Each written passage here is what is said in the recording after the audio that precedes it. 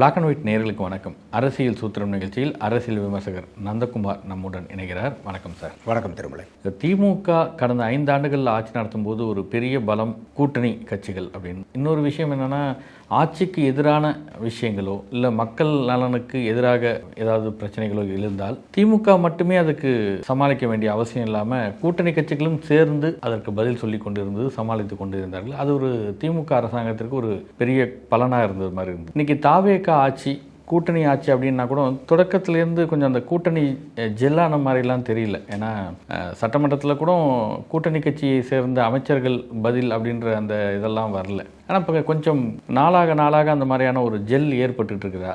Marxist communist கட்சி மாநில செயலாளர் பே. சண்முகம் குறித்து முரசொலியில் தொடர்ந்து ஒரு சீரீஸ் மாதிரி எழுதிட்டு இருக்கிறாங்க. அதற்கு அமைச்சர் ராஜ்மோகன்கிட்ட கேள்வி கேட்கும்போது, சிவப்பு துண்டை சிறுமைப்படுத்தினால் இரட்டை போர் யானை சும்மா இருக்காதுன்னு பேசுகிறாரு. அப்போ ஒரு பே. சண்முகத்தைக்கு இவ்வளோ இழிவு நீங்கள் படுத்தினீங்கன்னா அது தாவேகா அதை பார்த்துட்டு இருக்காது அப்படின்ற பேசக்கூடிய அந்த இடம் அப்படின்றது இனி போக போக வரக்கூடிய நாட்களில் இந்த தாவேகாவுடைய இந்த கூட்டணி ஜெல்ன்றது ஒரு ஸ்ட்ராங்காகி கிட்டத்தட்ட திமுகவுக்கு அவங்க எப்படி ஒரு பலமாக இருந்தாங்களோ அதே மாதிரியான சூழலுக்கு வாய்ப்பு இருக்கா? இப்போ திமுக இந்த தோல்விக்கு அப்புறம் அவங்க இன்னுமே அந்த தோல்வியை ஏற்றுக்கிட்டு இதுதான் நிதர்சனம், நம்ம தோற்றுருக்கிறோம், நம்ம இன்றைக்கி எதிர்கட்சிங்கிற அந்த புரிதலோடு அவங்க பயணிக்கிற மாதிரி இன்றைக்கி வரைக்கும் தெரியல. இல்லை, அதில் தான் திமுகவே அந்த பலவீனத்தை சம்பாதித்துக் கொள்கிறதான்னு கேட்குறேன். ஏன்னா இப்போ அவங்களுக்கு ஏன் 5 வருஷம் பண்ணினாங்கன்றதை விட இப்படி நீங்கள் விமர்சனம் பண்ணும்போது திமுகவுக்கு இன்னும் தன்னிடம் இருந்த கூட்டணி கட்சி விலகி இன்றைக்கி அங்கே போயிருக்கிறாங்க.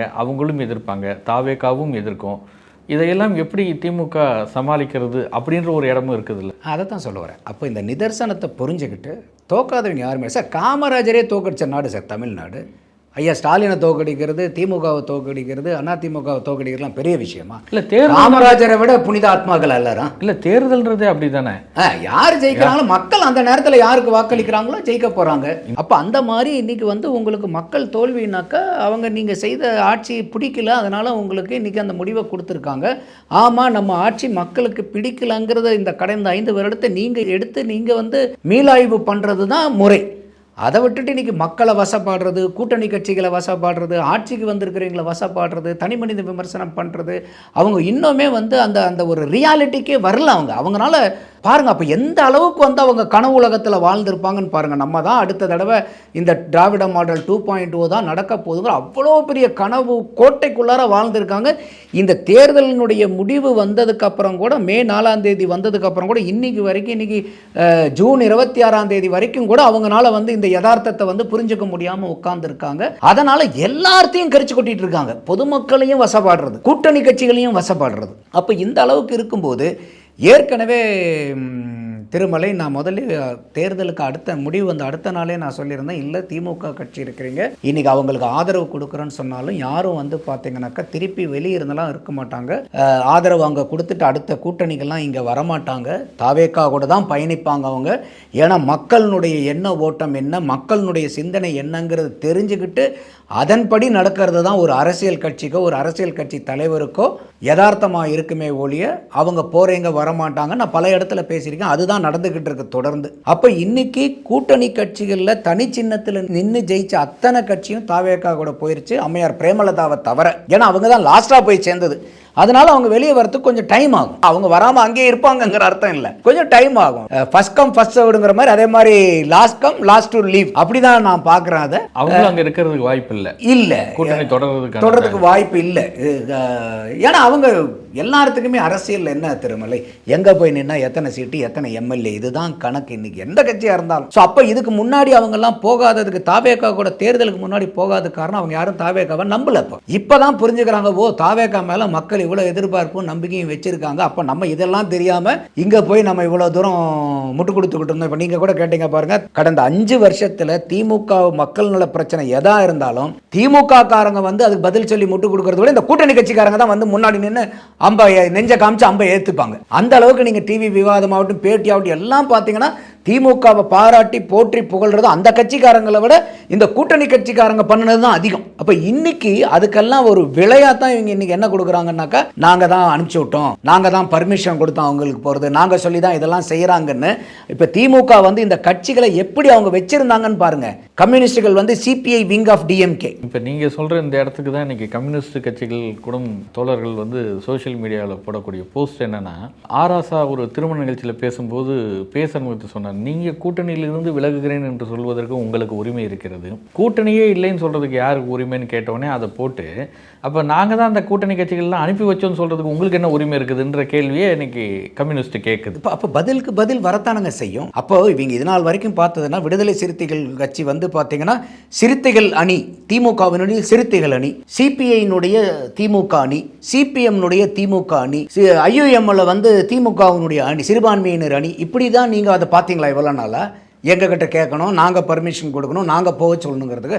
அவங்கெல்லாம் ஒவ்வொன்றும் ஜனநாயக கட்சி இல்லையா? தனிப்பட்ட முறையில் அவங்களுக்கு எந்த உரிமையுமே முடிவெடுக்கக்கூடிய உரிமையெல்லாம் இல்லையா? வேணும்னா உங்களோட இருக்க போகிறாங்க, இல்லைனா போக போகிறாங்க, நாளைக்கு உங்களோட வரணும்னாலும் அவங்க முடிவெடுக்க போகிறாங்க, முடிஞ்சால் நீங்கள் சேர்த்திக்கங்க, இல்லைனா இல்லை. இதுதான் ஜனநாயக. தமிழ்நாட்டில் கூட்டணி கட்சிகள் இது மாதிரி மாறி மாறி போனது இருக்குதான். வந்து 67லேருந்து திமுக எனக்கு தெரிஞ்சு 1-2 எலெக்ஷனில் வந்து திமுக கூடையில் மீதி எல்லாம் இருந்தாங்க. இன்னைக்கு விடுதலை சிறுத்தைகள் கட்சியும் அதிமுக கூடயும் கூட்டணியில் இருந்திருக்கு, கம்யூனிஸ்ட் கட்சிகளும் அதிமுக கூட கூட்டணியில் இருந்திருக்கு, காங்கிரஸும் அதிமுக கூட கூட்டணியில் இருக்கு, மதிமுகவும் அதிமுக கூட கூட்டணியில் இருந்திருக்கு, தேமுதிகவும் அதிமுக கூட.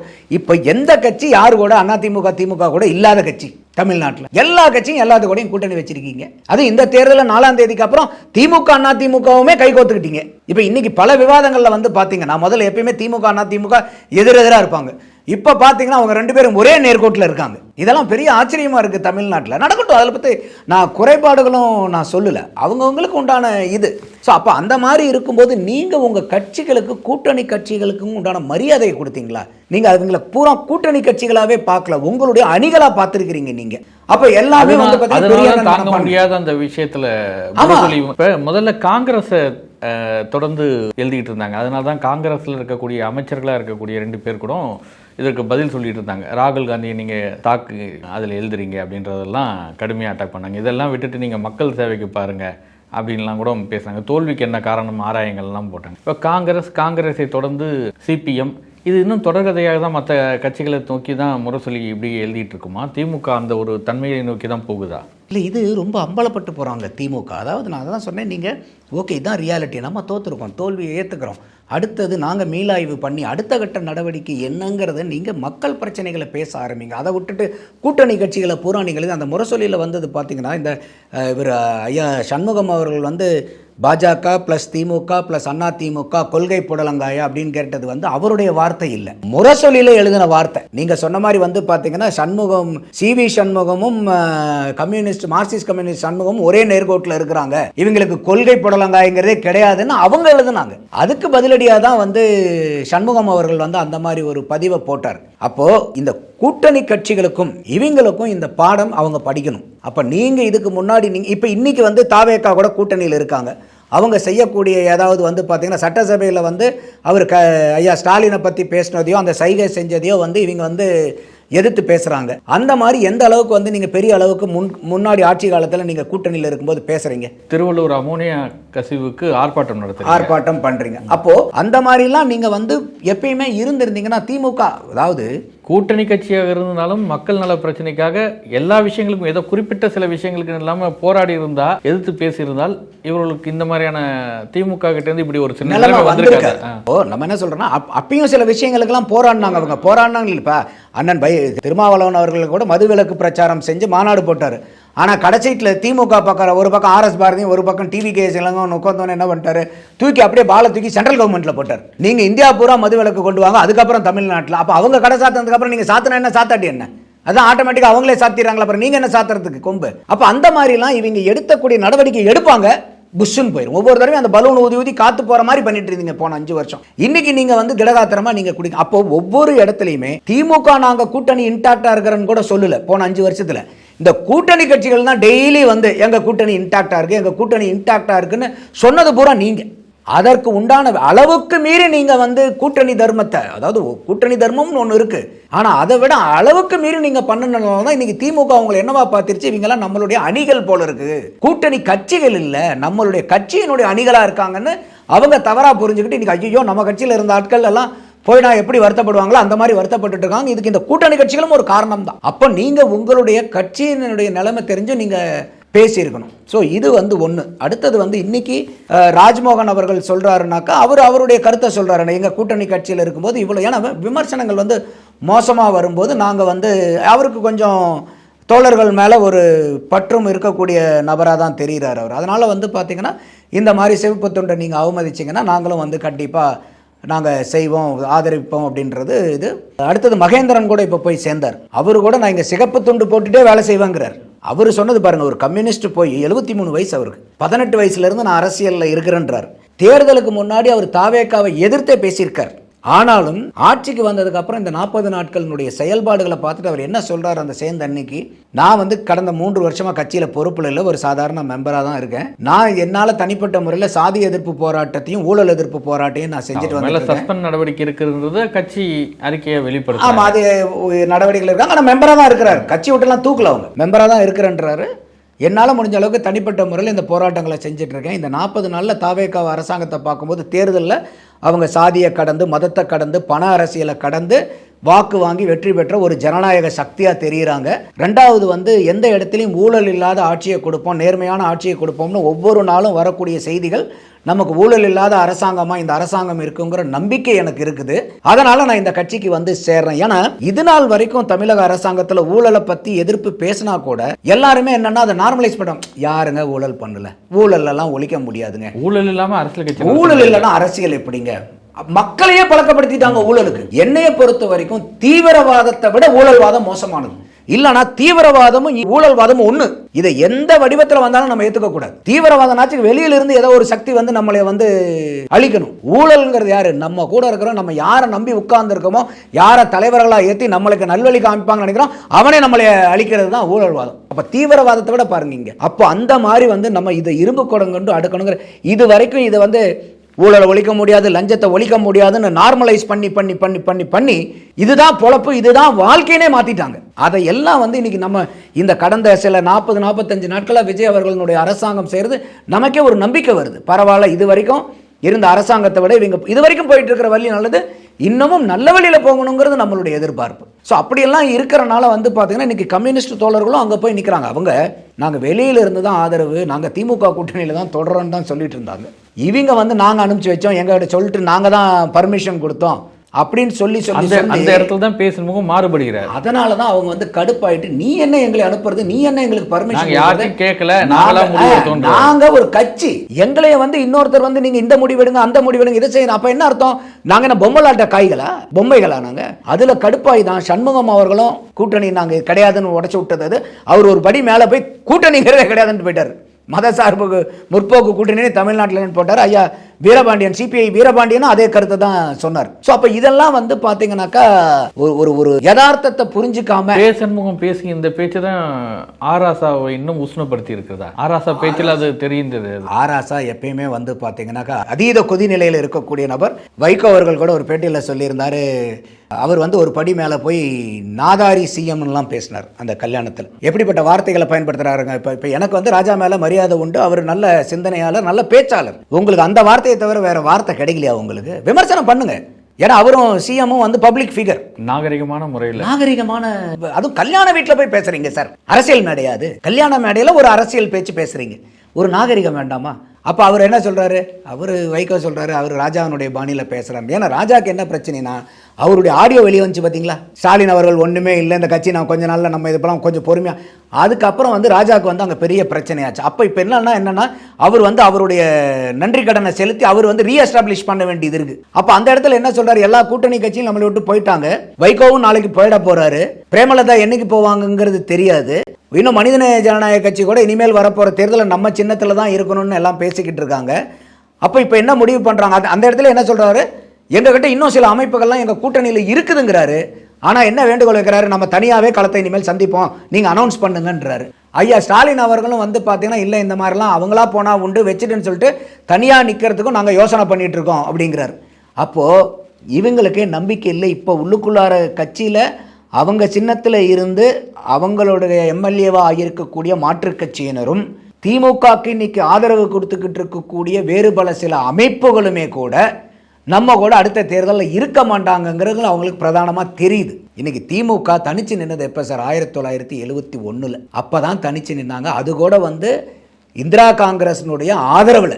அப்போ அவங்க வந்து இந்த ஸ்தாபன காங்கிரஸ் இந்திரா காங்கிரஸ்னு பிரிஞ்சம்போது அன்னைக்கு இந்திரா காந்தியினுடைய ஆட்சிக்கு வந்து திமுக தன்னுடைய ஆதரவை கொடுத்தனால அதற்குண்டான நன்றி கடனாக 71 தேர்தலில் வந்து நாங்கள் நிற்க மாட்டோம், முழுக்க முழுக்க திமுகவே நின்றுக்கிறோம், எங்களுக்கு இந்திரா காங்கிரஸுக்கு சீட்டு வேண்டான்னு சொல்லிட்டு அதுதான் அங்கே அக்ரிமெண்ட்.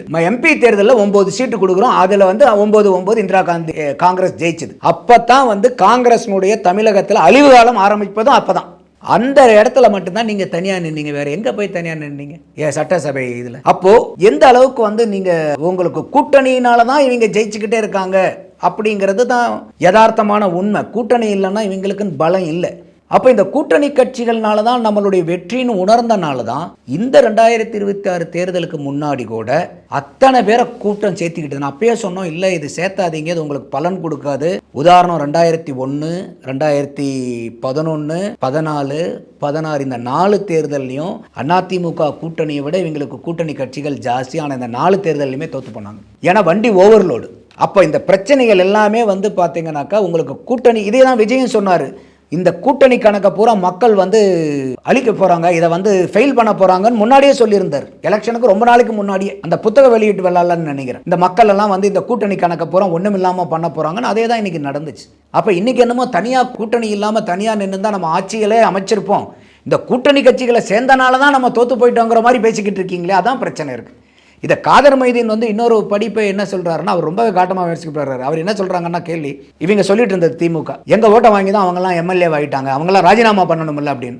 அதுக்கு சொல்கிறார், இந்த மாதிரி விமர்சனமே முட்டாள்தனமான விமர்சனம். அவங்க வாங்கின 1,19,00,000 ஓட்டுலையும் எங்கள் ஓட்டு இருக்குல்ல, மற்ற கட்சிக்கு கூட்டணி கட்சிக்காரங்க ஓட்டெல்லாம் இருக்குதா இல்லையா? அப்போ இந்த கூட்டணி கட்சியில் இருக்கிறவங்க பூரா ராஜினாமா பண்ணட்டும், நீங்களும் அந்த 59 சீட் ராஜினாமா பண்ணுங்க, அதான நியாயமான பேச்சு.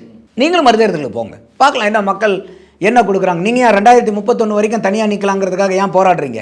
இப்போ நீங்கள் தனியாக நில்லுங்க. இந்த பை எலெக்ஷனில் 59 ரிசைன் பண்ணிவிட்டு இந்த கூட்டணி கட்சியில் இருக்காங்க பாருங்கள், அவங்க கூட்டணி கட்சியில் ஒரு 6 கட்சி சேர்ந்து 14 சீட்டு ஜெயிச்சாங்க, அதை பூரா ரிசைன் பண்ணிட்டோம், தனித்தனியாக நில்லுங்க, எத்தனை பேர் ஜெயிக்கிறீங்க, எத்தனை சீட்டு திமுக வருதுன்னு பார்ப்போம். அப்போது இதெல்லாம் யதார்த்தம் புரியாமல் பேசிக்கிட்டு இருக்காங்கன்னு தான் நான் பார்க்குறேன். தாவேக்கா அமைச்சரவையில் இன்றைக்கி ஒரு சின்ன சலசலப்புகள் இப்படியே கொஞ்சம் இப்போ தான் தொடங்குதா? இது மாதிரி இது ஆரம்பத்திலேயே சரி செய்ய வேண்டிய கடமையில் தாவேக்கா இருக்குதா? அதாவது விருதுநகரில் அமைச்சர் ஜெகதீஸ்வரி அரசு நிகழ்ச்சி நடக்குது, அங்கே இருக்க பேனரில் வந்து அங்கே இருக்கக்கூடிய லோக்கல் அமைச்சர் கிருத்தனா பேர் முன்னாடி இருக்குது, தன்னுடைய பேர் 2வது இருக்குது, கேட்டதா அப்படின்னு ஊடகங்களில் டிஜிட்டல் கார்டுகளாக வந்துருக்குது. அங்கே பேசின வெர்ஷனாக யாரும் நம்ம ஆடியோவாக நம்ம கேட்கல, ஒரு டிஜிட்டல் கார்டு மாதிரியான எழுத்து வடிவத்தில் தான் நமக்கு பார்க்குறோம். இதில் உண்மைத்தன்மை என்னன்றது ஒரு வேளை அவர்கள் சொன்னால் தான் தெரியும். ஆனால் இப்படி ஒரு புகைச்சல் தொடங்குதுன்னு சொன்னால் இந்த கட்டத்திலேயே அதை வந்து சரி செய்ய வேண்டிய விஷயம் இல்லைன்னா இது ஒரு கட்சிக்குள்ள ஒவ்வொருத்தருக்கும் ஒரு அதிருப்தியை மேலவங்க செய்யணுமா? இல்லை, இது வந்து எல்லா கட்சியிலையும் நம்ம பார்க்கக்கூடிய ஒரு நார்மலானது தான் அந்த ஈகோ. நான் பெரியாளா நீ பெரியாளா. தாவேக்காவை பொறுத்த வரைக்கும் எடுத்தோம்னாக்கா அவரே எலெக்ஷன் முன்னாடியே சொன்னார், எல்லா தொகுதியிலையும் நான் தான் நிற்கிறேன்னு நினச்சிக்கோங்க. இப்போ புஷி ஆனந்த் கூட பேசும்போது கூட என்ன சொல்கிறாரு, நான் டி நகரில் நின்று ஜெயித்தேன், ஆனால் டி நகரில் இருக்கிறவங்களாம் எனக்காகலாம் யாரும் ஓட்டு போடல, எங்கள் தலைவர் தளபதிக்காக தான் ஓட்டு போட்டாங்க, எனக்காக யாரும் ஓட்டு போடல. அவங்க வெற்றி பெற்ற தொகுதி எல்லாமே அப்படிதான். அதுதான் அவர் வெளிப்படையாகவே புஷி ஆனந்த் அவர்கள் பொதுச் செயலாளர் சொல்கிறார். இது எல்லா வேட்பாளர்களுக்கும் பொருந்தும். அதை கட்சியின் பொதுச் செயலாளரே சொல்றாரு, மற்றவங்கெல்லாம் ஏமாத்துறங்கிறது தான் என்னுடையது. அப்போ இந்த இடத்துல எதுக்கு ஈகோ? யாரா இருந்தாலும் நீங்க நேத்து வரைக்கும் வந்து பாத்தீங்கன்னாக்கா நான் உங்களை குறைச்சு மதிப்பிடல. இன்னைக்கு உங்களுடைய வெற்றி யாருனால வந்ததுங்கும் போது விஜய் அவர்களுடைய அந்த வெற்றி வந்தனால உங்களுக்கு வரக்கூடிய ஈகோ இது நார்மல். நான் அதை தான் சொன்னேன், எந்த கட்சியில் இல்லைன்னு. ஆனால் நீங்கள் என்ன பண்ணணும், நம்ம மாதிரி ஆட்கள்லாம் இன்னைக்கு ஜெயிச்சு அமைச்சர்களாக ஆயிருக்கும் போது நம்ம யாராலானோ நம்ம வந்து விஜய் அவர்களால இல்லை. ஒருவேளை இது உண்மையாக இருந்தால் இப்போ நீங்கள் சொல்கிறது எல்லா கட்சியிலும் இருக்குதுன்னாலும் மாவட்ட செயலாளர்கள் ஏன் வேணும் அப்படின்ற அந்த ஒரு போர்க்குணத்தோடு போராடுறதுக்கு விஷயம் என்னென்னா, நீங்கள் சொல்லக்கூடிய அந்த குறுநில மன்னர், இந்த மாவட்டத்துக்கு நான் தான், இல்லை மாவட்டத்துக்குள்ளே 2 அரசியல் ஒரு கட்சிக்குள்ளேயே அப்படின்னு இருக்கும்போது அது கட்சிக்கான பாதிப்பால் போகும் அப்படின்றதுக்கு தான். அதை தான் சொல்ல வரேன். அப்போது உங்களை பூரா ஜெயிக்க வச்சது ஐயா விஜய் அவர்களுடைய முகத்துக்காக தான் உங்களுக்கு வாக்களிச்சிருக்காங்க. அப்போ நீங்கள் எந்த நடவடிக்கை நீங்கள் எடுத்தீங்கனாலும் அவருடைய பேரை காப்பாற்றுறதுக்கு உண்டான நடவடிக்கை இருக்கணுமா, இல்லை அவர் பேருக்கு களங்கமோ இல்லை அந்த கட்சிக்கு ஏதாவது ஒரு பின்னடைவை ஒரு 1/4 இன்ச்சு பின்னாடி வர மாதிரி இருந்தால் கூட அந்த உங்களுடைய நடவடிக்கையினால அந்த கட்சி ஒரு 1/4 இன்ச் இல்லை ஒரு சாதாரண ஒரு 1 சென்டிமீட்டர் பின்னாடி வரதுனா கூட அந்த நடவடிக்கை நீங்கள் எடுக்கலாமா? நீங்கள் பேசுங்க. அவங்க வந்து அவங்களுடைய உரிமையாக புரோட்டோக்காலாக கூட இருக்கலாம். ஒரு மாவட்ட நிர்வாகி அமைச்சரை தான் முதல்ல அவங்க 2 பேருமே விருதுநகர் மாவட்டத்தை சேர்ந்தவங்க தான். கீர்த்தனா அவர்களும் ஜெகதீஸ்வரி அவர்கள் 2 பேருமே. அவங்க வந்து ராஜபாளையம் தொகுதி, இவங்க வந்து சிவகாசி தொகுதி. 2 பேருமே ஒரே மாவட்டத்தை சேர்ந்த பெண் அமைச்சர்கள். ஸோ அந்த மாதிரி இருக்கும்போது உங்களுக்கு வந்து ஒரு மாவட்ட பொறுப்பாளராக நம்ம இருக்கிறோம். அதனால் நான் வந்து இந்த மாவட்டத்தில் இருக்கக்கூடிய ஒரு தொழில்துறை அமைச்சரை விட நான் ஒரு படி மேலே தான் அப்படிங்கிறது உண்மையான புரோட்டோக்காலாக இருந்தால் கூட அது நீங்கள் எங்கே பேசியிருக்கணும்? தனியாக ப்ரோக்ராம் முடிச்சதுக்கப்புறம் கலெக்டர்கிட்டே ஸ்டேஜில் பேசுகிறாங்க. அவர் வேறு இன்னொருத்தரை கூப்பிட்டு ஏன் இப்படி நடந்துச்சுன்னு கேட்குறாரு. இந்த பஞ்சாயத்து பண்ண வேண்டிய இடம் ஸ்டேஜா? இல்லை இப்போ பேசி உடனே அப்படி ஜீம்பூம்பான பேர் மாற்றி உட்காந்துக்குமா? போட்டது அடித்தது. இது பல கட்சிகளில் இந்த மாதிரி பஞ்சாயத்தை எத்தனை தடவை பார்த்து அந்த உட்கட்சி பூசல் சின்னதாக விரிசல் ஆரம்பிக்கும் திருமலை, அது வந்து பெரிய வெடிப்பாக மாறும். அந்த மாதிரிலாம் இல்லாமல் உங்களுக்கு அந்த மாதிரி இருந்தால் கூட ஒரு மனசில் ஒரு வருத்தம் வரலாம். ஒரு தனி மனிதன் தானே, எல்லாருக்குமே அந்த ஈகோன்னு இருக்கலாம். அப்போ அதை கூட பார்த்துட்டு ஒரு சபை நாகரீகம் கருதி அமைதியாக இருந்து பேசி முடித்ததுக்கப்புறம் ஃபங்க்ஷன்லாம் முடிஞ்சதுக்கப்புறம் தனியாக உங்கள் அறையில் உட்கார்ந்து இருக்கும்போது கலெக்டர்கிட்ட நீங்கள் சொல்லலாம், சார் இந்த மாதிரி நான் வந்து இந்த மாவட்டத்துக்கு பொறுப்பு அமைச்சராக இருக்கிறனால, நானும் அமைச்சர் தான், நான் வந்து வெறும் பொறுப்பாளராக இருந்து அமைச்சராக இல்லைன்னா பரவாயில்ல, நானும் அமைச்சர், அதுக்கு மேலே எனக்கு கூடுதல் பொறுப்பு மாவட்ட பொறுப்புன்னு ஒன்று இருக்குது. அதனால் நான் வரக்கூடிய கலந்துக்கக்கூடிய இதில் இனிமேல் என்னுடைய பேரை ஃபஸ்ட்டு போட்டுட்டு வேறு எந்த அமைச்சராக இருந்தாலும் கீழே போடுங்கன்னா அது நியாயமான ஒரு கோரிக்கை. அதில் வேறு அந்த கலெக்டர் அவர் ஒருத்தரை கூப்பிட்டு பேச வைக்கிறாரு. அவர் கையில் மைக்கு வச்சிருக்கிறவர் மைக்கை ஆஃப் பண்ணுறேன்னு நினச்சிட்டு ஆஃப் ஆன மைக்கை ஆன் பண்ணி விட்டுட்டார். அதில் அவங்க அமைச்சர் பேசுகிறது சில வார்த்தைகள் வந்து அதில் வருது. இந்த இப்போ நான் மாவட்ட பொறுப்பாளர் அப்படி இப்படிங்கிறதெல்லாம் வருது. அதை வைத்து தான் அந்த செய்தி கசிஞ்சிருக்கணும். அப்போது அங்கே இருக்கக்கூடிய அதிகாரிகளும் ஒரு மைக்கில் ஆஃபாக இருக்கக்கூடியதை ஆன் பண்ணுறோமா, ஆன் பண்ணணும் மைக்கை ஆஃப் பண்ணுறோமான்னு கூட ஒரு அதிகாரிக்கு தெரியலன்னா எப்படி? இல்லை தெரிஞ்ச இது ஏதாச்சும் பண்ணாரான்னு நமக்கு தெரியாது. தெரிஞ்சு பண்ணுறதுக்கு வாய்ப்பு இல்லை. பை மிஸ்டேக் தான் அதை பண்ணியிருக்கணும். இது எவ்வளோ பெரிய கான்சியஸாக இருக்கணுமா இல்லையா அதிகாரிகள்? அப்போது இதெல்லாம் வந்து இவங்க தவிர்க்கணும். நான் திருப்பி அதான் சொல்கிறேன், இன்றைக்கி வாக்களித்தது எல்லாமே விஜய் அவர்களுக்காக உங்களுக்கெல்லாம் வாக்களிச்சிருக்கும் போது உங்களுக்குன்னு ஒரு ஈகோ இருக்கலாம், தப்பு இல்லை, பாசிட்டிவ் ஈகோவாகவே அது இருக்கட்டும். இருந்தாலும் இதை எங்கே நீங்கள் பேசணுன்னா தனி அறையில் நீங்கள் அவங்கள பர்சனலாக மீட் பண்ணும்போது, சார் இந்த மாதிரி ப்ரோட்டோகால் இருக்குது சார், இனிமேல் ப்ளீஸ் டேக் கேர் ஆஃப் திஸ்னால் முடிஞ்சு போச்சு. அதை விட்டுட்டு ஸ்டேஜ்லேயே கூப்பிட்டு பஞ்சாயத்து பண்ண வேண்டியது. இப்போ இதே தான் வந்து பார்த்திங்கன்னா திமுகவில் வந்து நடந்துச்சு. நம்ம தங்கத்தமிழ் செல்வனும் இன்னொரு லோக்கல் எம்எல்ஏவும் எம்பியாவும் அந்த புத்தகம் ஏதோ அந்த இதே மாதிரி தான் ஏதோ ஒன்று கொடுக்கறது தான். அங்கே ஸ்டேஜ்லேயே அடிச்சுக்கிட்டாங்க. அதாவது லிட்டரலாக அடிச்சுக்கலையே ஒழிய அப்பட்டமாக வந்துச்சு வார்த்தைகளில். அப்போ எந்த அளவுக்கு அது வந்து அசிங்கப்பட்டு போனாங்க. அப்போ அதெல்லாம் நீங்கள் மற்றவங்களை பார்த்து, அரசியல்வாதிகளை பார்த்து பாடம் படிக்கணும். தாவேக்காரங்களுக்கு அன்னைக்கு அந்த நாள் முழுவதும் அந்த செய்தி தான் ஓடிட்டு இருந்துச்சு. அதே தான் ஓடிச்சு. அதுக்கு அப்புறமும் பார்ப்பேன், நானே அதை பல தடவை பேசியிருக்கேன். அப்போது ஒரு தாவேக்கால இருக்கிறவங்க இன்னைக்கு உங்களை சுற்றி அத்தனை பேர், ஏன்னா இப்போ திமுக வந்துச்சுன்னா எதிர்கட்சி அதிமுக, அதிமுக வந்துச்சுன்னா எதிர்கட்சி திமுக, இதுதான். இப்போ உங்களுக்கு எல்லாருமே எதிர்கட்சியாக இருக்காங்க. எல்லாருமே உங்களை கண்கொத்தி பாம்பாக பார்த்துக்கிட்டு இருக்காங்க. நீங்கள் என்ன தப்பு பண்ணுவீங்க, எப்போ உங்களை வந்து காலை பிடிச்சி இழுத்து விடலாம், தாவேக்காவுக்கு கெட்ட பேர் ஏற்படுத்தலாம், முதலமைச்சருக்கு கெட்ட பேர் ஏற்படுத்தி விடலாங்கிறதுக்காக உட்கார்ந்துருக்காங்க. அப்படி இருக்கும்போது நீங்கள் எவ்வளோ கண்ணுங்கருத்துமாக இருக்கணும் இல்லையா, எவ்வளோ முன்னெச்சரிக்கை நடவடிக்கையோடு இருக்கணும். இது வந்து தாவேக்காக்காரங்க, அந்த அமைச்சர் பெருமக்கள், நிர்வாகிகள்லாம் இதை இந்த காணொலியை பார்க்க நேர்ந்துச்சுன்னா நீங்கள் செய்யக்கூடிய எந்த ஒரு நடவடிக்கையும் உங்கள் கட்சி தலைவரான முதல்வர் விஜயையோ இல்லை அந்த கட்சியையோ ஒரு 0.5 சென்டிமீட்டர் கூட பின்னாடி இழுத்துறக்கூடாது. அதற்காக, ஏன்னா இன்றைக்கி அந்த கட்சியில் இருக்கிற அத்தனை பேர்த்துக்கும் விஜய் அவர்களால தான் இன்றைக்கி அத்தனை நிலைமையுமே. அதை உணர்ந்து அவங்க செயல்பட்டாங்கன்னா இன்னும் நல்லா சிறப்பாக இருக்குங்கிறது என்னுடைய பார்வை. நன்றி சார். நன்றி திருமலை.